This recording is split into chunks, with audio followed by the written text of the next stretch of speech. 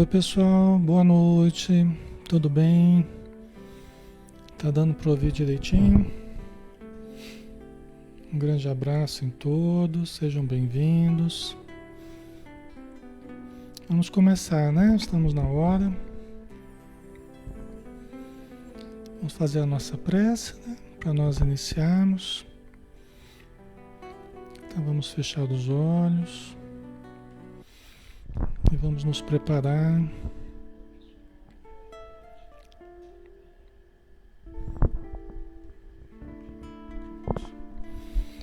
Querido Mestre Jesus, nós te agradecemos pela bênção de estarmos juntos novamente em torno de Teu nome, em torno da doutrina espírita, em torno da oportunidade de aperfeiçoarmos a nós mesmos e desenvolvermos a capacidade de amar, através do discernimento, através da compreensão e do exercício de fraternidade. Ajuda-nos, Senhor, a ampliarmos o nosso entendimento da vida e a nossa capacidade de nos colocarmos no lugar do outro, de enxergarmos a vida e os acontecimentos de óticas diferentes. Ajuda-nos, Senhor, para irradiarmos a luz, para aprendermos a acender a nossa própria luz. E ilumina, Senhor, todos os lares, todos os irmãos e irmãs que estão conosco, e seus familiares e seus ambientes, mas abençoa também os espíritos necessitados, envolvendo-os na sua radiância, na sua paz. Obrigado por tudo, Senhor. Que a tua paz e a tua luz permaneçam sempre conosco. Que assim seja.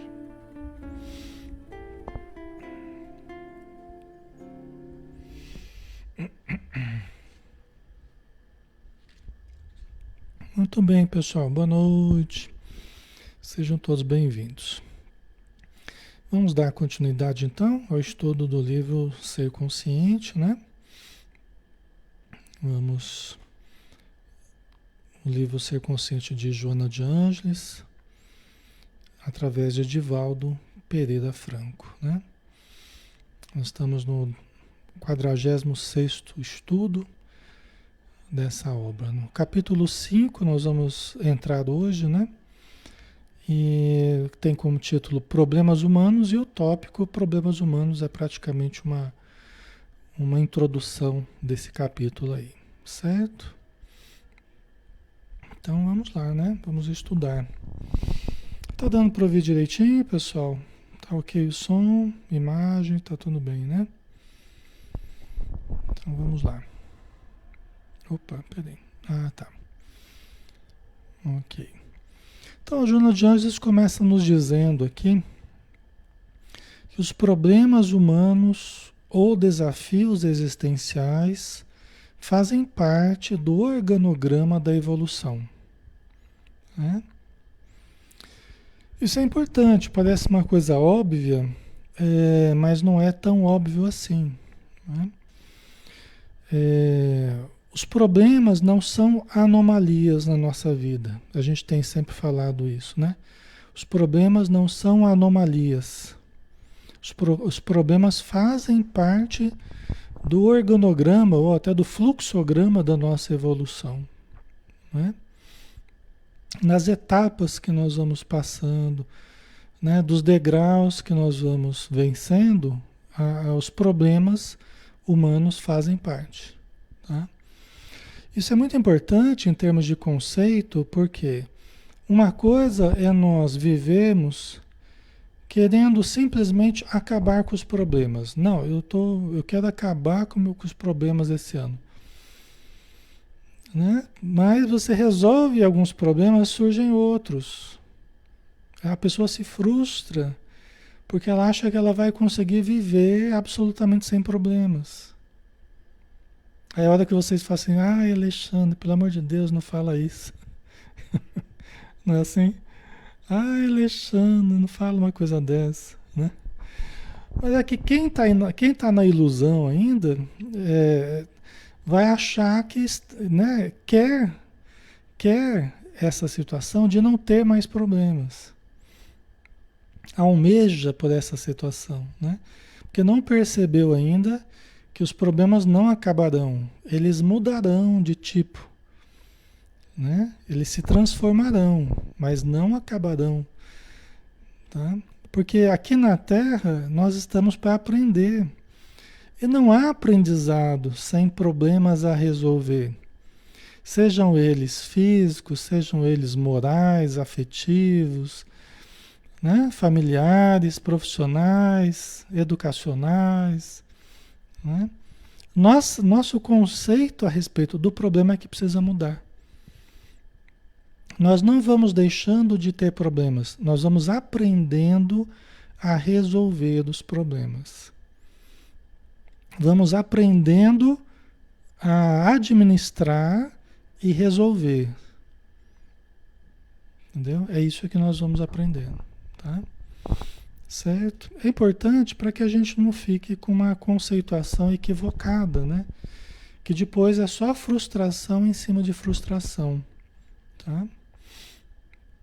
Então, os problemas humanos ou desafios existenciais fazem parte do organograma da evolução, né? Então, nós não podemos pensar assim, eu não devia estar passando por isso, né? Eu não devia estar vivendo essa situação, né? Deus não podia ter mandado isso para mim, Deus não podia ter feito isso comigo, né? Deus não podia ter feito isso comigo. É a demonstração de um equívoco em termos de conceito, né? Quando a gente acha que nada de ruim, nada de negativo poderia... Negativo e ruim a princípio, né? A princípio, porque tudo, a gente está dizendo aqui, fazem parte das dificuldades, dos problemas que a gente vai aprendendo a administrar, né? Mas a gente acha que a gente não deveria estar passando por isso. Alguém errou aí. Alguém fez bobagem, né? Não era para eu estar passando por isso, né? Não era. Aí eu me sinto vítima, né? Me sinto vítima, eu reclamo, né?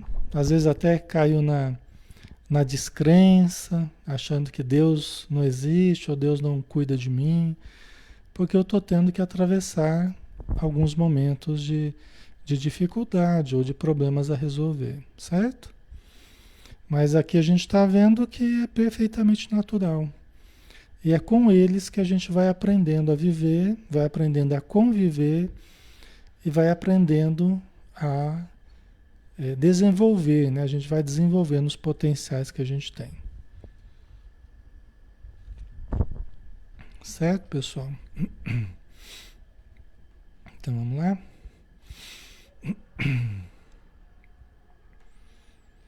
A criatura pensante é um ser incompleto ainda. Tá aí a explicação, né? Nós somos seres incompletos. Por isso que a gente precisa ir se completando, nós precisamos ir nos desenvolvendo, porque nós somos seres incompletos ainda. Nós não estamos acabados, prontos, né? Em constante processo de aprimoramento, de transformações, em prolongado esforço para desenvolver os potenciais psicofísicos, parapsicológicos e mediúnicos nela em latência.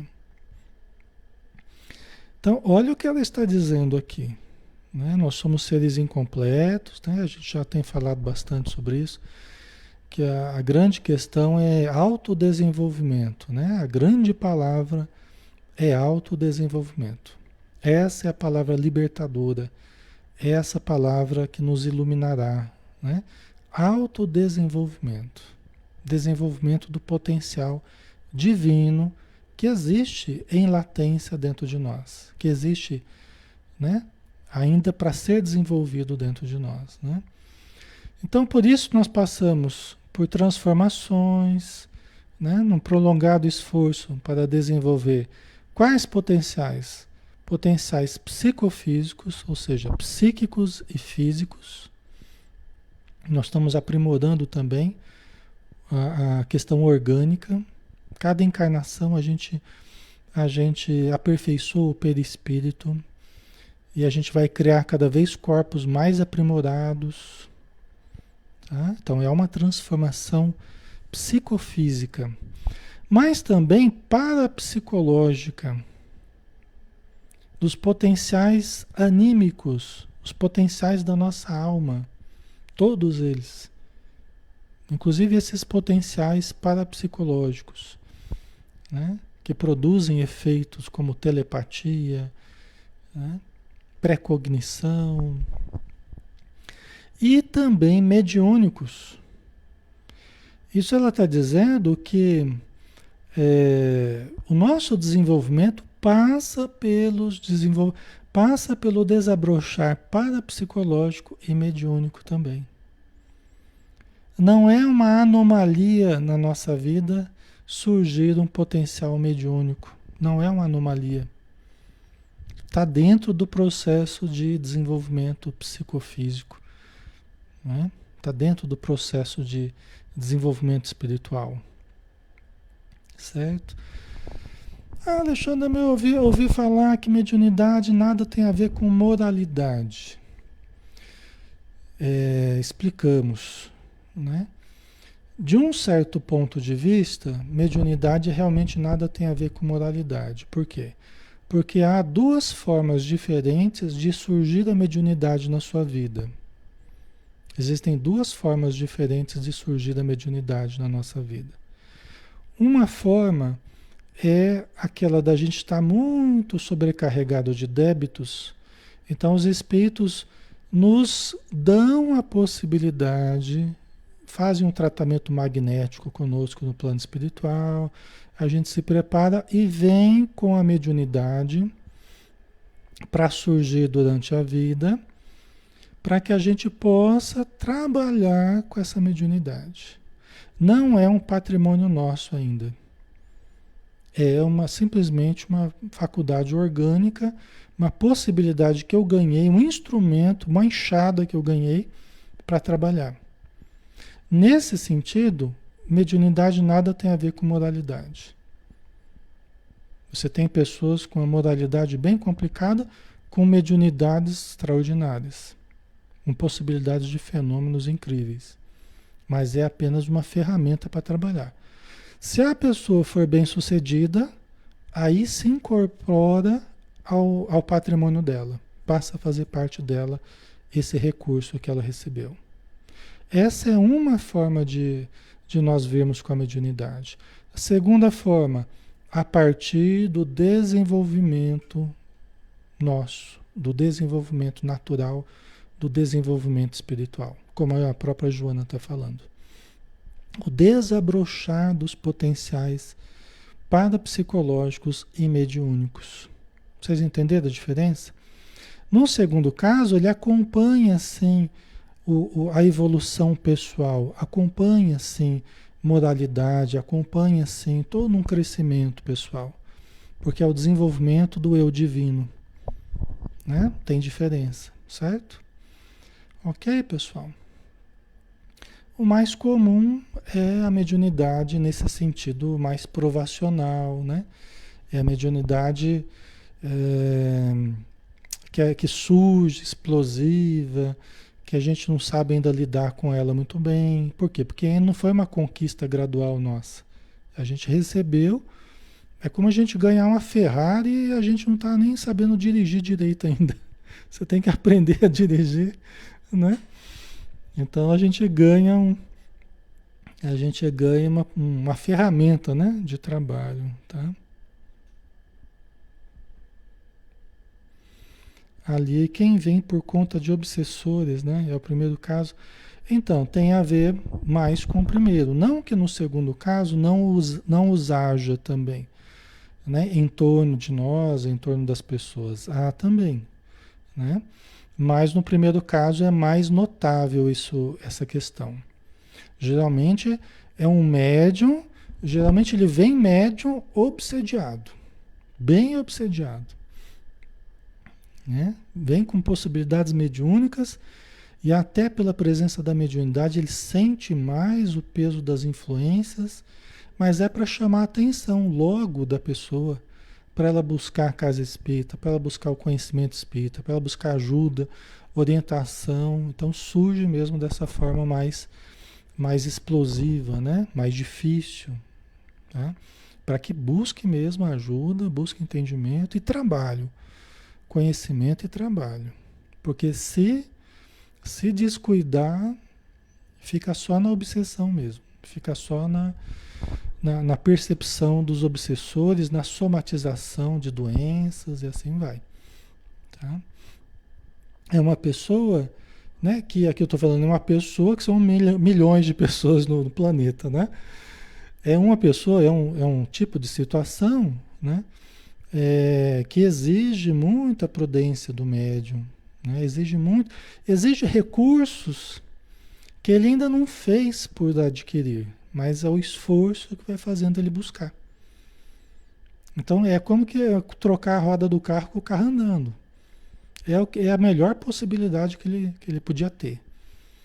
Então não adianta reclamar, vamos trabalhar, vamos estudar, tem que ter um esforço a mais para se autodisciplinar, para se autoconhecer, para se autodomar, né? Das más paixões. Geralmente vem também com defeitos assim pronunciados, com vícios, né? Que ele vai ter que aprender a controlar, né? Ok? Ou seja, é a gente, é nós. Ai, ai. A Maria Lígia, só na casa espírita que consegue desenvolver ou em outras religiões? Então, outro dia me perguntaram isso no Face, né? Alguém me perguntou, eu respondi, né, para a pessoa. Eu vou responder da mesma forma. A mediunidade não depende das religiões. Não depende da religião. É uma disposição orgânica, não é? É uma necessidade psíquica, é um compromisso espiritual, não necessariamente dessa ou daquela religião. Tá? A mediunidade é uma possibilidade do ser humano. Ok? Por isso a gente encontra médiuns em todas as religiões, inclusive fora das religiões. Né? O que eu aconselho, porque sou espírita e porque estou representando uma casa espírita, estou numa página espírita, num estudo espírita, e porque eu acredito que o espiritismo é a religião melhor estruturada para dar apoio aos médiuns. Eu de fato acredito nisso, que o espiritismo é a religião melhor estruturada. Por quê?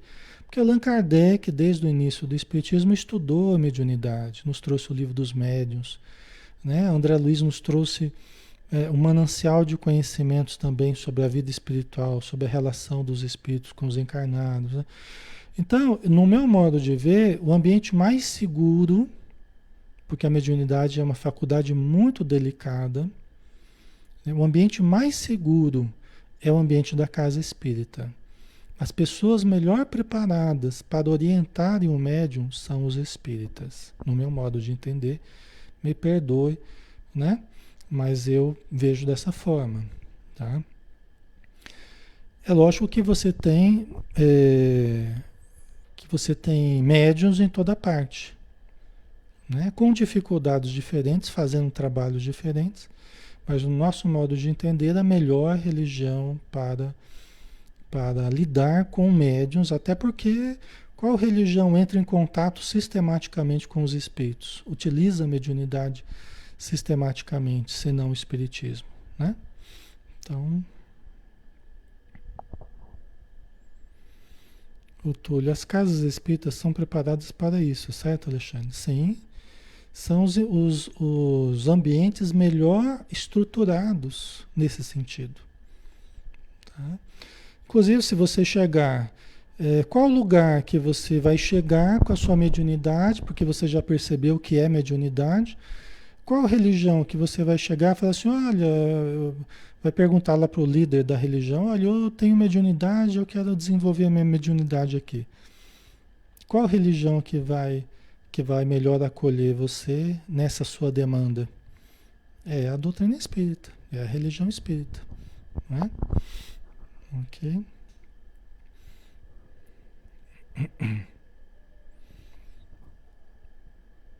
A Jerusa, e qual religião incentiva o estudo, né? É, desse campo mediúnico, porque você pode ter estudos de vários tipos, né? Mas nesse campo mediúnico, quem mais estuda é o espiritismo, né? São os espíritas, tá? Ok. Andressa, e quando a pessoa não opta por desenvolver a mediunidade? Então, vocês já entenderam, né? Que a pessoa, vamos supor, ela vem com compromissos graves, vem com a possibilidade da mediunidade, vem com a programação para lidar com a mediunidade, para ajudar os seus inimigos do passado. Aí chega aqui, ela simplesmente recua, né? Por comodismo, por preguiça, ou por, né, má vontade, né? Recua diante do que programou. Ela pode ter prejuízos com isso, prejuízo na sua saúde, porque você veio com uma tarefa a realizar, uma tarefa de ajudar aqueles que estão em torno da pessoa. Ela veio com a ferramenta, aí chega aqui, se afasta do trabalho, né? Amedrontada, né, com receio. E se a gente ficar com receio de tudo e de todos, a gente vai ficar só abraçado aos receios, aos medos. E a gente não vai produzir o que a gente precisaria produzir, né?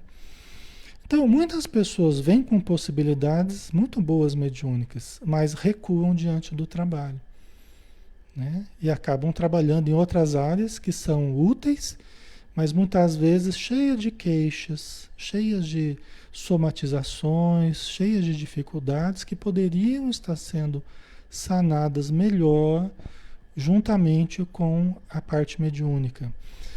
Para você trabalhar com evangelização, você não precisa deixar a parte mediúnica. Para trabalhar com a sopa, você não precisa deixar a área mediúnica. Você, para trabalhar com a palestra, não precisa deixar a área mediúnica. Para trabalhar com os estudos, né, ou aplicar passe, você não precisa deixar a parte mediúnica. Até quem orienta dessa forma é o próprio Divaldo, no livro Diretrizes de Segurança, né? Aquele livro que ele fala sobre mediunidade, junto com o Raul Teixeira. Tem uma das perguntas lá que ele responde justamente a respeito disso. Na verdade, é um espírito que ditou a mensagem e que ficou como sendo uma resposta ali, né? Do Divaldo, tá? Então, são opções, né, que as pessoas fazem. Eu, particularmente, se tem mediunidade, eu aconselharia a buscar estudo e prática, que é a melhor forma de você gastar a sua força mediúnica e ajudar a si mesmo, ajudar a sua família, né? Às vezes a coisa até não estoura na pessoa. Às vezes ela estoura mais no entorno do que propriamente na pessoa. Tem casos que é assim. Poderia ajudar a si mesmo e poderia ajudar a sua família. Mas aí acaba não socorrendo aquele espírito que fica lá em cima do filho, da filha, do marido, acaba desequilibrando um e outro. E a gente poderia ter ajudado, né? Poderia ter tido boa vontade e ter mais oportunidade de socorrer certos espíritos obsessores, por exemplo, né? Tá? Ok, pessoal. Então vamos lá, né? Ok. Então os potenciais que nós temos, né? Ok. Aferrada às impressões mais grosseiras do ego, face ao que considera como fatores indispensáveis à sobrevivência, valores materiais que propiciam alimentação, vestuário, repouso, prazer e tranquilidade ante a doença e a velhice, desenvolve o apego, né?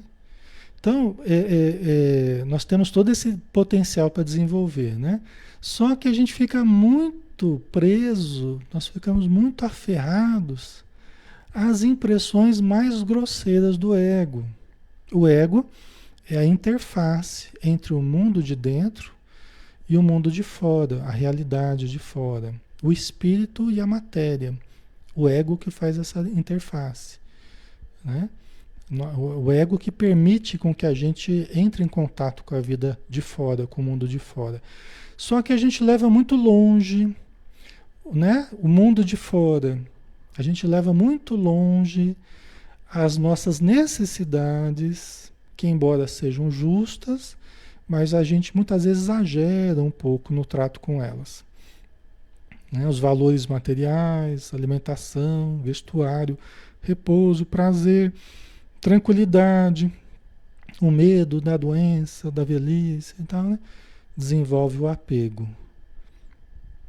Né? Acaba grudando demais nas aquisições de fora, esquecendo as aquisições de dentro, esquecendo as buscas de dentro.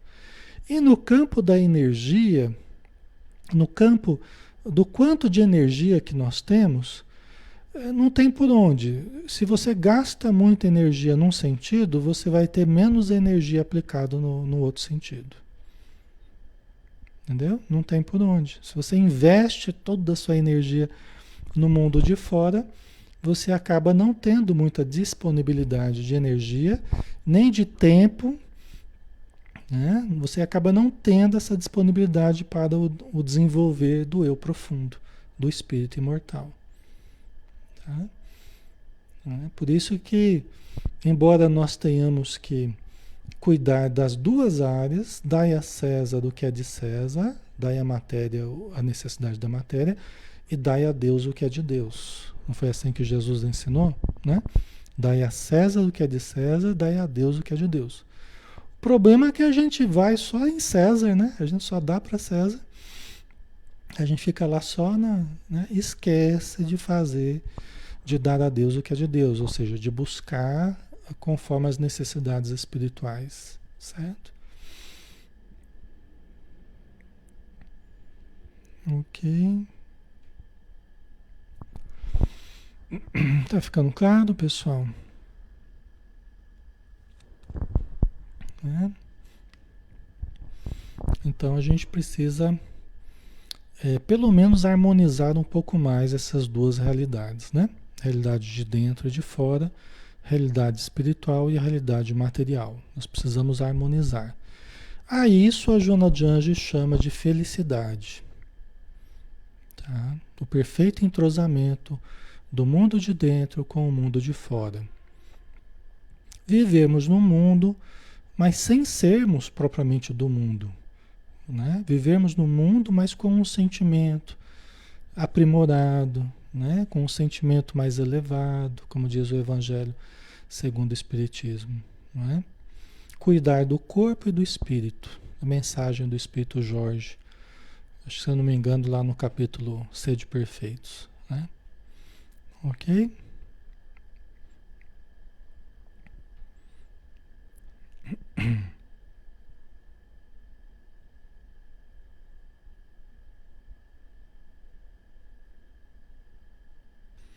A Mônica já colocou. Quando sabemos o momento certo para desenvolver a mediunidade, como reconhecer a mediunidade? Né? A gente tem falado sempre, né? Vocês vão percebendo, né? Vocês vão percebendo. Algumas pessoas percebendo porque enxergam os espíritos, né? Estão sempre vendo vultos passando, né? Outros ouvem os espíritos, outros intuem com uma facilidade muito grande, têm revelações em sonhos, né? Lembra daqueles sonhos, encontrou com esse, encontrou com aquele, recebeu orientação. Então, tem pessoas que têm essa percepção mais aguçada, né? Mediúnica, assim. Tem outros que você pergunta, você tem mediunidade? A pessoa fala que não, porque ela não vê, ela não ouve. Mas você pergunta, mas você sente alguma coisa diferente, estranha? A pessoa tem um monte de sintomas. Ela tem um monte de sintomas, né? Está sempre com dores, está sempre com mal-estar, está sempre com dificuldades orgânicas, emocionais, né? Que a pessoa procura tratamentos, exames, e frequentemente não há justificativa para aquilo. Né? Geralmente não encontra justificativas para o quanto de queixas a pessoa tem. Existem questões emocionais? Geralmente tem. Mas aí tem junto também com a questão emocional, tem a questão espiritual, mediúnica. Muito forte. Entendeu? Uma pessoa poliqueixosa, com muitas queixas, sem justificativas plausíveis do ponto de vista orgânico, né? Geralmente associado com a questão mediúnica, tá? Então, pessoas que vão conversar com alguém, só de se aproximar da pessoa já começa a sentir enjoo, começa a sentir mal. Por quê? Porque ela espelha facilmente a vibração da pessoa ou dos espíritos que estão com a pessoa. Ou então, quando a pessoa vai num ambiente específico, entra naquele ambiente e já se sente mal, já começa a passar mal, sente dor de cabeça, peso no corpo. Aí os sintomas são variados, né?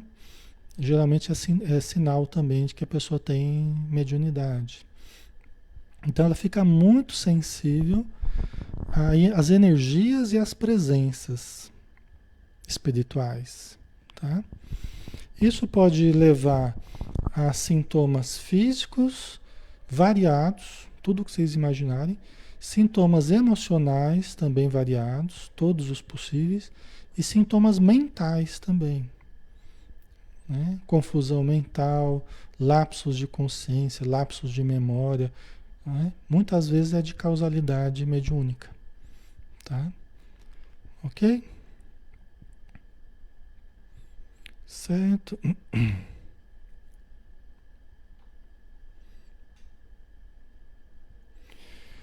Aí foi perguntado também que momento, né? Que momento? O momento é aquele que a vida vai mostrando para você. Se você vai tomando consciência da coisa, você vai percebendo a importância da coisa, você está ali sentindo as presenças espirituais, você está ali sofrendo com os problemas que isso causa. Embora a mediunidade não seja doença, mas ela vai depender de um bom uso, de um bom entendimento. Mediunidade não é doença. Mas se você não aprender a utilizá-la bem, pode facilitar para os processos patológicos, tá? Então, se você está percebendo tudo isso, qual é a melhor hora de buscar? Qual é a melhor hora de buscar o médico? De buscar o hospital, de buscar, não é? Buscar o dentista, né? Né? A gente vai se conscientizando, né, de que a gente vive essa realidade, né? Essa realidade mediúnica. Então, na medida que vai conscientizando, procura ajuda, não vai postergando. Porque às vezes a gente vai postergando, vai atrasando, né? E vai atrasando até que a coisa estoura. Começa a incorporar em qualquer lugar, ou começa a somatizar. Eu já conversei com várias pessoas já de uma certa idade, né? Que quando a gente ia fazer uma análise, uma anamnese dos problemas que ela vinha vivendo ao longo dos anos, tal, aí sempre tinha lá uma coisa, porque me falaram que eu tinha que trabalhar com a mediunidade, eu nunca quis, não sei o quê. E aí a pessoa vai com o tempo desenvolvendo certas dificuldades orgânicas, né? E aí muitas vezes vai ficando tarde, muitas vezes vai perdendo oportunidades, né? Entendeu? Aí as pessoas só lamentam, né? Isso é que é difícil. Ok. A Gretchen, como resolver caso seja mediunidade? Buscar a casa espírita, como a gente falou, o melhor ambiente para se ter. Você pode chegar lá e falar, olha, eu acho que eu sou médium. A pessoa que está lá conversando com você, fala, você acha que você é médium? Eu acho que eu sou médium. Por quê que você... Aí você conta, está acontecendo isso, isso, isso. Então eu queria ter informações, o que eu posso fazer para lidar com essa minha mediunidade, como é que eu posso trabalhar com isso, como é que eu posso conviver com isso de uma forma sadia. Aí a pessoa vai te orientar, né, para os estudos, futuramente para a prática da mediunidade, né? Aquilo que você for dando abertura para que se efetive de fato, né? Então é uma busca nossa, o interesse é nosso, né? O interesse é nosso. Muitas pessoas chegam com mediunidade na casa espírita. A gente detecta, explica, orienta, mas as pessoas põem em prática ou não se elas quiserem. Elas têm o direito de optar, são livres, né, para ir, para não ir. A gente sempre espera que as pessoas continuem, que elas se aprofundem, que elas... Porque a gente sabe que isso é um caminho da saúde, né? Isso é um caminho da saúde. Mas as pessoas são livres para optarem, né? Mas é sempre mais interessante buscar, né, os cursos sobre mediunidade, né? Entender a doutrina espírita, entender a mediunidade e quem sabe com o tempo vir a produzir com a mediunidade. Tudo isso dentro de um processo natural, de um processo tranquilo, né? Então, enquanto a gente está tranquilo, aproveitemos, né? Não vamos esperar ficar água, água por aqui, né? Vamos buscar enquanto a situação ainda está boa, né? Ok. A Socorro colocou: muitos médiuns desistem no início porque não querem estudar, querem soluções mais rápidas. Então. Só que no campo da mediunidade, assim como no campo do autoconhecimento, né? Até porque as coisas elas se entrelaçam, não é essa coisa assim, toma lá da cá, não é essa coisa tão rápida assim, né? A gente está acostumado com a coisa, você paga, já recebe o produto, né? Você pagou, já retirou, já vai usar. Nesse campo interior, não é assim que funciona. Então a gente quer fazer, às vezes, no campo mediúnico, como a gente faz no campo do comércio normal, né? As coisas são muito rápidas e as transações são muito rápidas. Nesse campo é preciso autoburilar-se, é preciso um estudo paciente, é preciso tempo, né? É preciso a pessoa se acostumar com a casa espírita, se acostumar com os estudos, se acostumar com a prática mediúnica, né? Com a mediunidade. Isso tudo leva algum tempo. Tá? Isso tudo leva algum tempo. As grandes conquistas da alma, elas não são conquistas muito rápidas, não. Elas têm que ser bem sedimentadas, elas têm que ser bem estruturadas. A questão da mediunidade é uma delas. Precisa ser bem estruturada, com muito cuidado, né? Com ética, né? Com disciplina, tá? Ok. Vamos lá mais um pouquinho, pessoal. Então a gente está falando aqui dos apegos, né? A questão da materialidade, né? A questão das coisas de fora, dos prazeres, que embora façam parte da vida, nós precisamos equilibrar um pouquinho mais, descobrir os prazeres da alma, né? Descobrir os potenciais da alma, trabalhar com os potenciais. Porque afinal de contas, pessoal, a matéria vai ficar. E só os bens da alma é que irão conosco. Só isso, né? O único problema nesse quesito aí é essa questão, né? A matéria vai ficar, né? Nós vamos levar só justamente o que nós trabalhamos no nosso íntimo, né? Então, mais do que justo a gente valorizar e saber equilibrar um pouco essa balança aí, né? E então desenvolve o apego e exterioriza o sentimento centralizador da posse, né? Mantendo-se em alerta para a preservação desses bens, que lhe parecem de significado único, portanto essenciais, né? Por quê? Porque conforme o sentido que a gente dá para a vida, conforme a gente enxerga a vida, nós vamos estabelecer metas, nós vamos estabelecer prioridades que vão gerar metas baseado no que a gente tiver como mais importante, né? Então, se as minhas prioridades forem só as prioridades do ego, né, eu acabo dando um valor absoluto às questões do ego, às questões materiais, entendeu? Eu acabo dando um valor absoluto para isso. E isso tem um valor muito relativo, principalmente quando a gente começa a se autoconhecer, né, em profundidade. Aí as questões do ego começam a ter um valor muito relativo. A gente começa a relativizar a importância que a gente dava antes, que era absoluta. Agora a gente já não dá mais uma importância absoluta, A gente já não sofre mais tanto quanto antes, quando a gente perde uma certa situação, posição, um bem, né? Ou até uma pessoa, né? Que a gente amava, ou que já não há mais tanto aquele sofrimento como antigamente, como anteriormente, né? Porque antes havia muito mais sentimento de posse. Mas aí eu comecei a estudar, comecei a me conhecer, comecei a entender que ninguém é de ninguém, que ninguém tem a posse de ninguém, que os bens materiais pertencem a Deus. E se vêm para as minhas mãos, ok, vamos tentar usar bem. Mas se saem das minhas mãos para as mãos de alguém, que Deus abençoe, né? Que essa pessoa use bem esses recursos, então. Né? A gente vai aprendendo a relativizar esse sentimento de posse, né? A trabalhar melhor com isso, tá? Inclusive a trabalhar melhor com a questão da morte, né? Que é uma das grandes necessidades que a gente tem.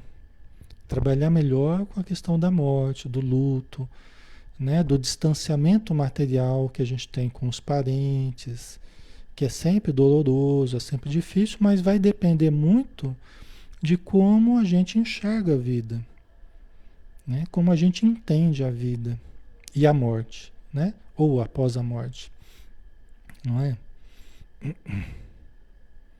Certo.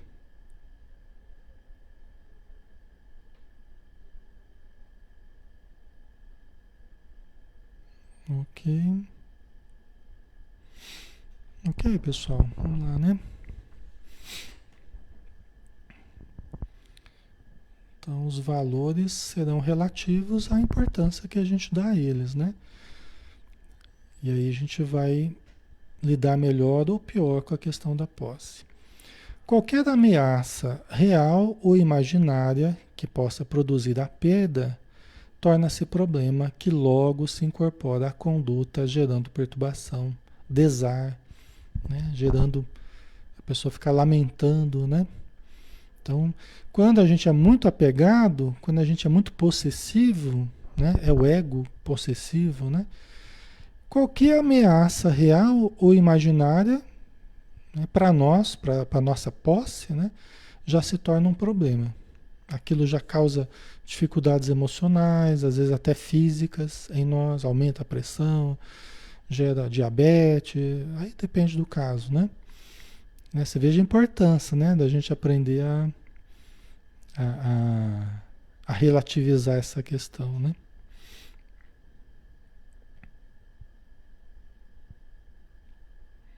Ok,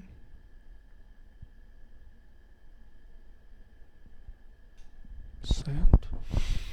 Então vamos lá. Então a gente pode dizer que a pessoa nessa perspectiva, ela sofre mais, tá? Ela sofre mais. Porque nas mudanças naturais da vida, nas transformações naturais da vida, né? A gente viu no começo que isso faz parte da nossa existência, é a pessoa que vai estar sempre sofrendo em função das mudanças, porque ela não aceita. Ela se apega muito às pessoas e às situações, às posições, aos bens, né? Então qualquer mudança gera sofrimento. Então a pessoa sofre mais desse jeito, tá? Além desses, outros problemas há de natureza psicológica, como heranças reencarnacionistas, que ressumam, que ressurgem em forma de fenômenos patológicos, inquietadores. Então, agora trazendo mais para o campo psicológico, emocional nosso, do passado, né? Nós temos dificuldades também que são naturais na nossa vida, os conteúdos do passado que emergem dentro de nós. Tá? Então, são aquelas pessoas que nós já fomos e que de vez em quando elas aparecem, emergem dentro de nós, fazendo até com que a gente não se reconheça às vezes.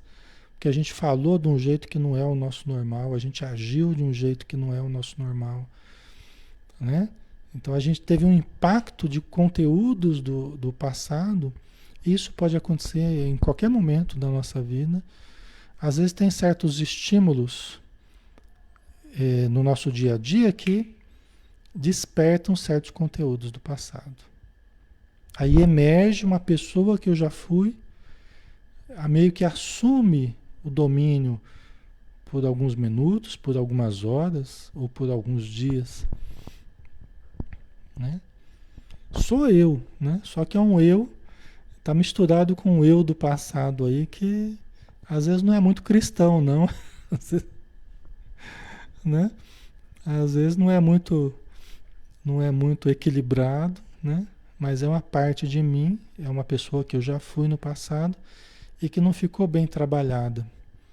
Então certos conteúdos ressurgem e aparecem de forma conflitante no meu dia a dia, gerando conflitos entre pessoas, né, na família, no casal,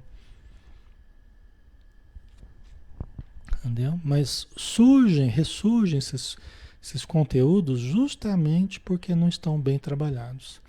Muitos casais que começam a ter dificuldades muito grandes, frequentemente estão lembrando, né? Estão ambos mergulhados no passado. Então começam a viver, a repetir os conflitos do passado no presente, podendo chegar a situações dramáticas caso não sejam cuidados, não sejam amparados, esclarecidos e conscientizados, né? Ok, certo?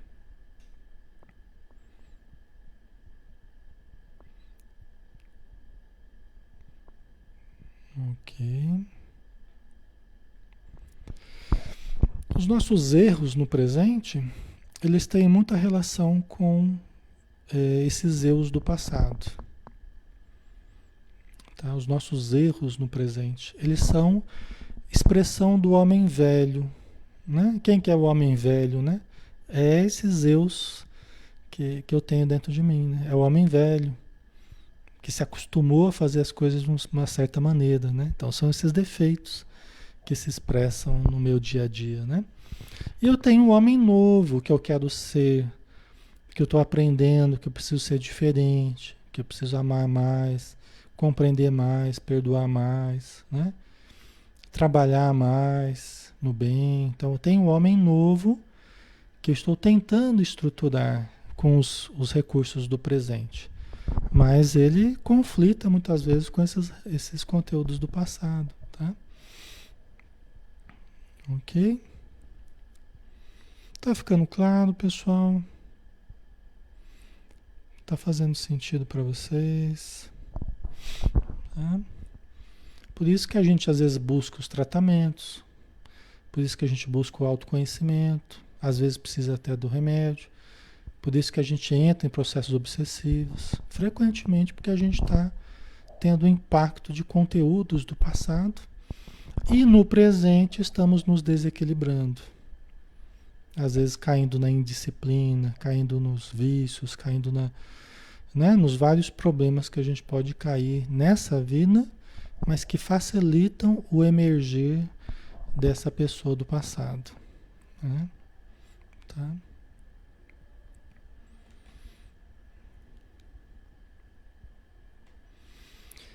Somem-se-lhes os problemas que derivam do inseguro interrelacionamento pessoal, como decorrência do que se consigna em condição de imperfeições da alma. Quer dizer, aí ela fez a ponte, né?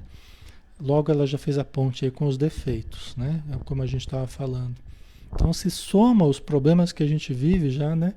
No dia a dia com esses dos nossos defeitos da alma, dos nossos problemas advindos do precário desenvolvimento que nós temos, né? Então o que a gente chama de defeitos da alma, as imperfeições da alma, né? Que surgem nos relacionamentos com as pessoas, na interação com as pessoas, né? Inveja, ciúme, né? E assim vai, né? A incompreensão, a intolerância, aí tem um monte de coisa. Egoísmo, vaidade, né?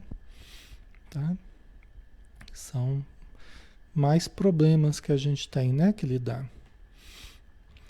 Os problemas enraizam-se, não raro, nos tecidos da malha delicada do psiquismo, avultando-se ou perdendo o sentido, de acordo com as resistências fortes ou frágeis da personalidade individual. Então, olha que interessante, os problemas eles vão se enraizando no nosso psiquismo, crescendo ou diminuindo de acordo com as nossas resistências internas, fortes ou frágeis. Por isso que não é bom a gente cultivar a fragilidade. Nós precisamos transformar em força. Como é que a gente faz isso? Através do exercício, através do desenvolvimento, através do enfrentamento, né? É o como a gente desenvolve a segurança, é como a gente desenvolve os potenciais, ok? É como a gente fica forte, né? É através do desenvolvimento, através do autoconhecimento, através do exercício, ok? Senão a gente continua do mesmo tamanho que a gente estava, frágil, inseguro, né? E aí os problemas avultam, porque tudo parece maior do que eu. Tudo parece mais forte do que eu. Tudo parece insuperável. Tudo parece intransponível. Não é? Aí a minha imaginação cria aqueles monstros, né? A minha insegurança chama a imaginação. E a imaginação pinta aqueles monstros. Né? E a gente fala, não é um bicho de 7 cabeças, né? Quando a gente quer demonstrar que não é uma coisa tão difícil assim, ou tão grave assim, né? Por quê? Porque é normal as pessoas pintarem um bicho de 7 cabeças, né? É a insegurança que faz isso, tá? A insegurança trabalhando junto com a imaginação. Certo, pessoal? Conforme a gente vai se desenvolvendo, vai adquirindo segurança, confiança, né? Aí a gente já não lança mão da insegurança, não fica criando esses monstros, né? Pelo contrário, a gente... esse aí que é o problema? Ah, não, isso aí nós vamos resolver. Vamos resolver, né? Não está tão difícil, tal, né? Já é mais positivo com as situações, lida de uma forma mais saudável, né? Certo? Então, o tamanho que a gente dá para os problemas, ele tem relação, na verdade, com o tamanho que nós estamos, né? Se eu tiver muito encolhido, se eu tiver muito diminuído em mim mesmo, né? Tiver muito apagado, os problemas vão parecer gigantescos. Se eu estiver mais animado, mais fortalecido, mais desenvolvido, os potenciais, os problemas vão diminuindo, né? A impressão deles é diferente, né? Ok?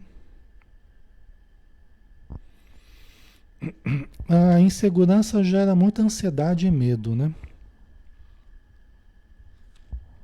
A insegurança, ela gera muita ansiedade e medo, tá? Quando a gente é inseguro, tudo nos amedronta e tudo gera ansiedade. Porque a gente não sabe se vai dar conta, não sabe como é que vai fazer, não sabe como é que vai resolver e fica tentando controlar os acontecimentos, né, para tentar se proteger, mas a base disso é a insegurança, tá? Ok? Então, para terminar, vamos pegar um último aqui.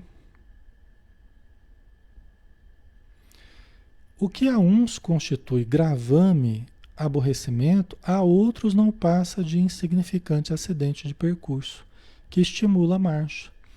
Isso é uma coisa para a gente lembrar sempre, né?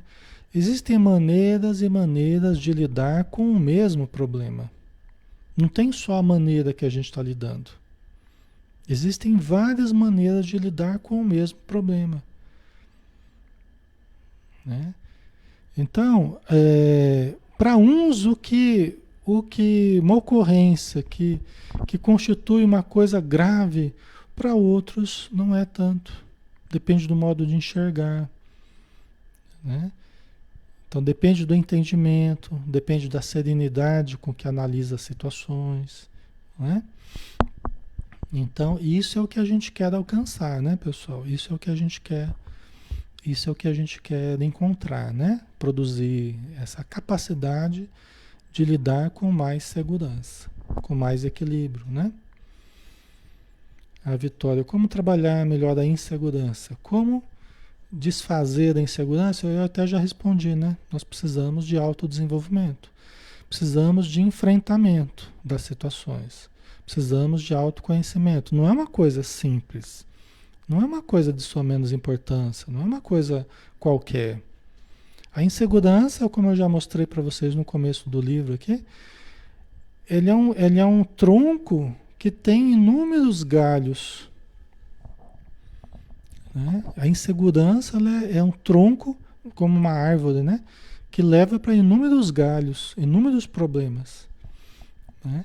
Mas é uma aquisição importante, fruto do autodesenvolvimento, fruto do autoconhecimento e do exercício de amor.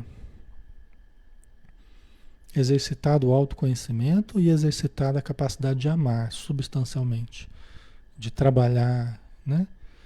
Ok? Então é assim que a gente vai adquirindo a confiança. É um processo lento, mas é assim que a gente vai adquirindo a confiança, a segurança. É através do exercício.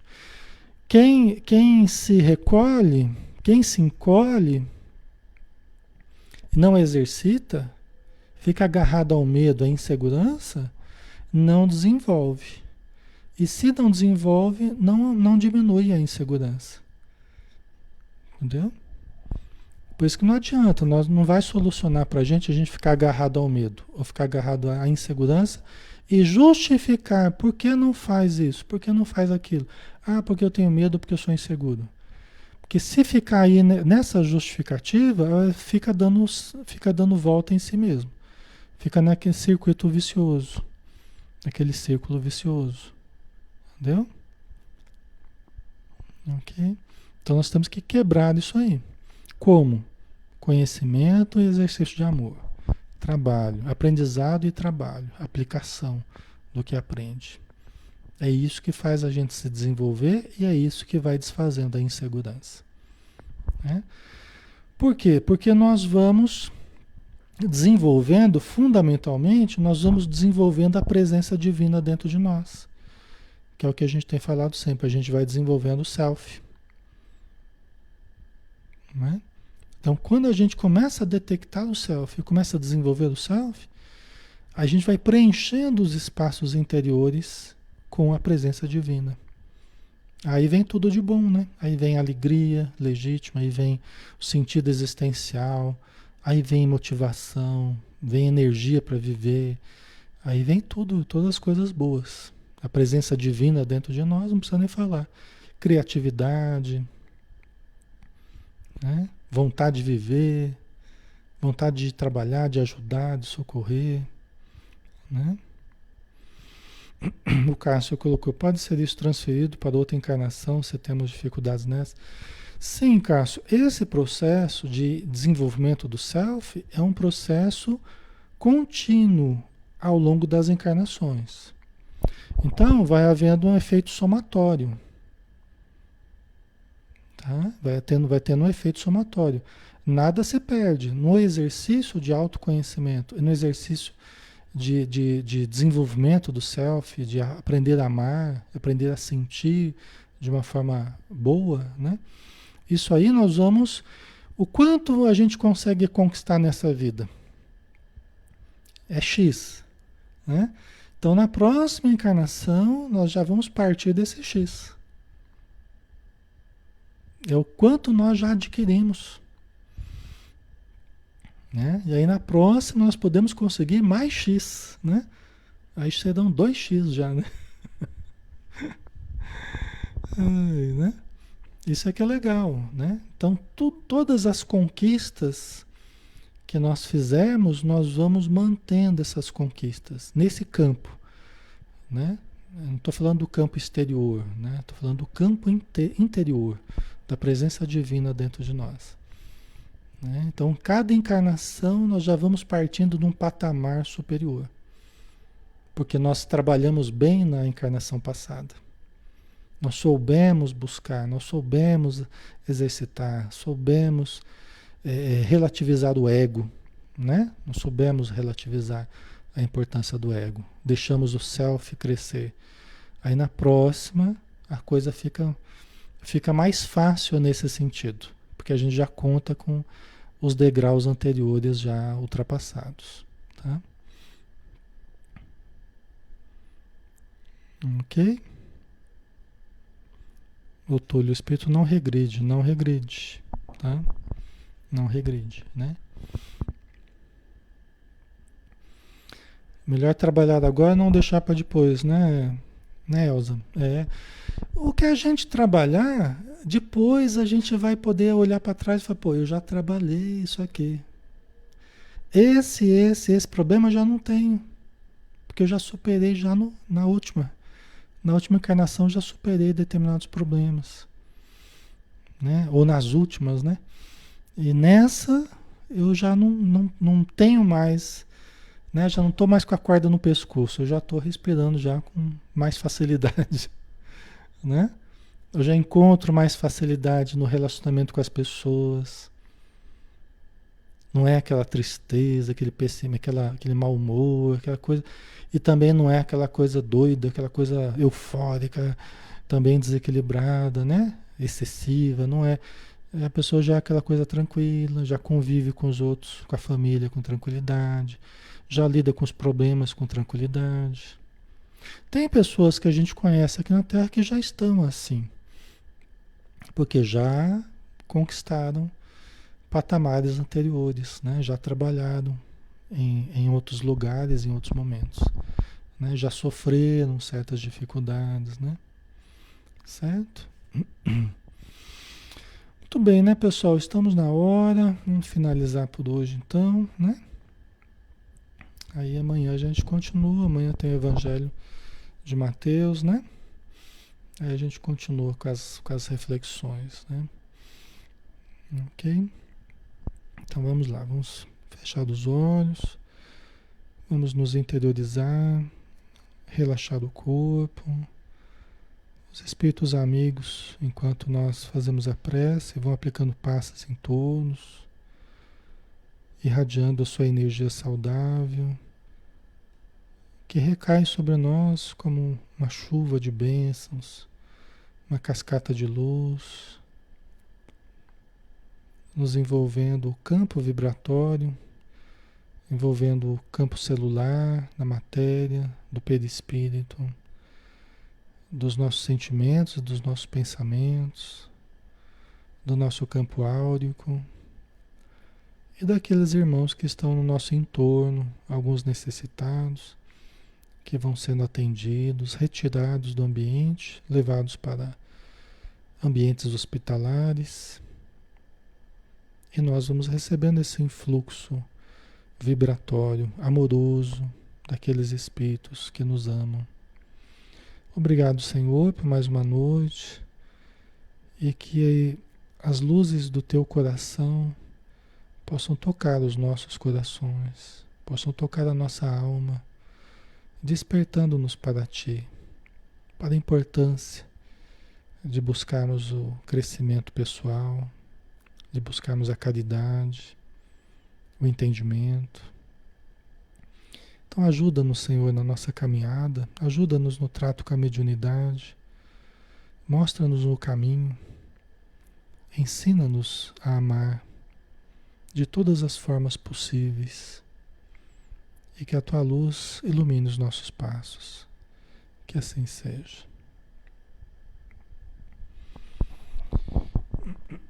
Muito bem, pessoal, vamos nos despedir. Um grande abraço. Obrigado pela presença de todos. Obrigado pela participação, pelo carinho de vocês, tá? E fiquem com Deus. Amanhã a gente está junto aqui de novo às 20 horas, tá? Um abração. Até mais.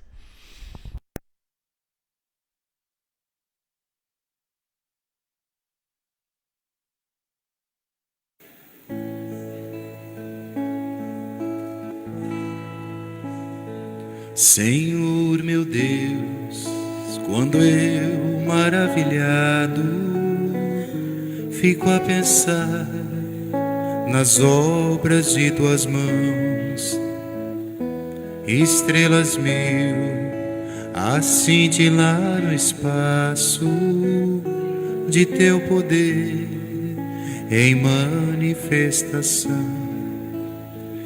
Então minha alma canta a ti, Senhor. Quão grande és tu, quão grande és tu. Então minha alma canta a ti, Senhor. Quão grande és tu, quão grande és tu. Se ao caminhar por campos e florestas, escuto as aves belas a cantar, se estendo o olhar do alto da montanha e a fonte além, eu ouço a murmurar.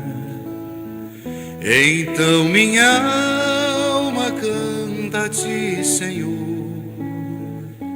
Quão grande és tu, quão grande és tu.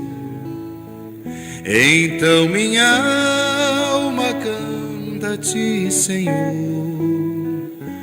Quão grande és tu, quão grande és tu.